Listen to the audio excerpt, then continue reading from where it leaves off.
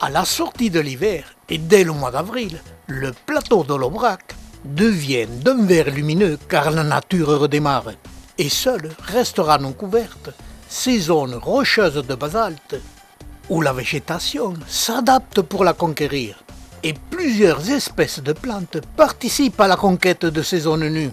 À l'avant-garde, ce sont les sédums classés parmi les plantes succulentes.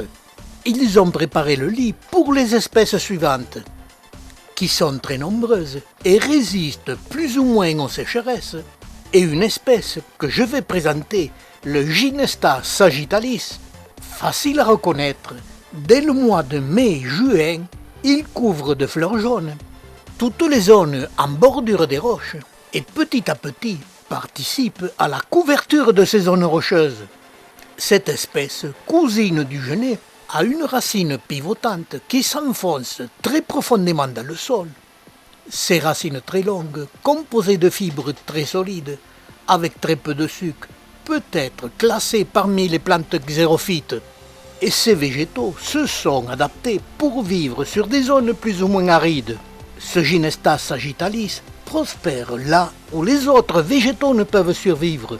Cette espèce est à la conquête des zones gravillonnées où elle finit par les recouvrir complètement et elles disparaissent totalement quand il n'y a plus ni roches ni gravier.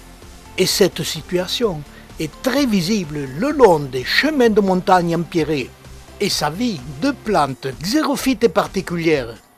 Dès les premières gelées, cette espèce jaunit et sèche complètement avec les grands froids de l'hiver et sa survie sur ces zones rocheuses est assurée par les racines. Et au printemps, dès que le soleil chauffera ces zones rocheuses, les racines produisent en quantité des jeunes pousses cylindriques qui sur leur base possèdent des feuilles. Ces feuilles, au printemps, assurent la photosynthèse pour pouvoir développer un très grand nombre de hampes florales qui à leur début est cylindrique. Puis au fur et à mesure de leur développement, les tiges florales ne possèdent plus de feuilles. Elles deviennent de plus en plus plates et ce sont ces parties plates qui remplacent les feuilles et assurent la photosynthèse. Car sur ces roches, l'été il fait très chaud et il faudra survivre. Et les feuilles provoqueraient trop d'évaporation. Et en attendant, c'est le printemps et la grande floraison qui dure de 3 semaines à 1 mois et elle décore de jaune toutes ces zones arides.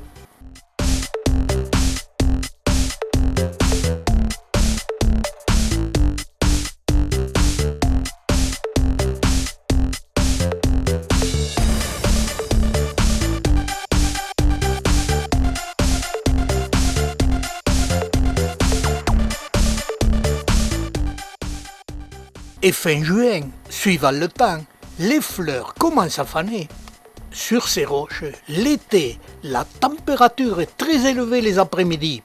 Le Ginesta sagittalis a supprimé ses feuilles. Les autres végétaux souffrent de sécheresse. Cette espèce s'est adaptée pour survivre sur ces roches, car parfois l'été, il y règne de très grandes températures.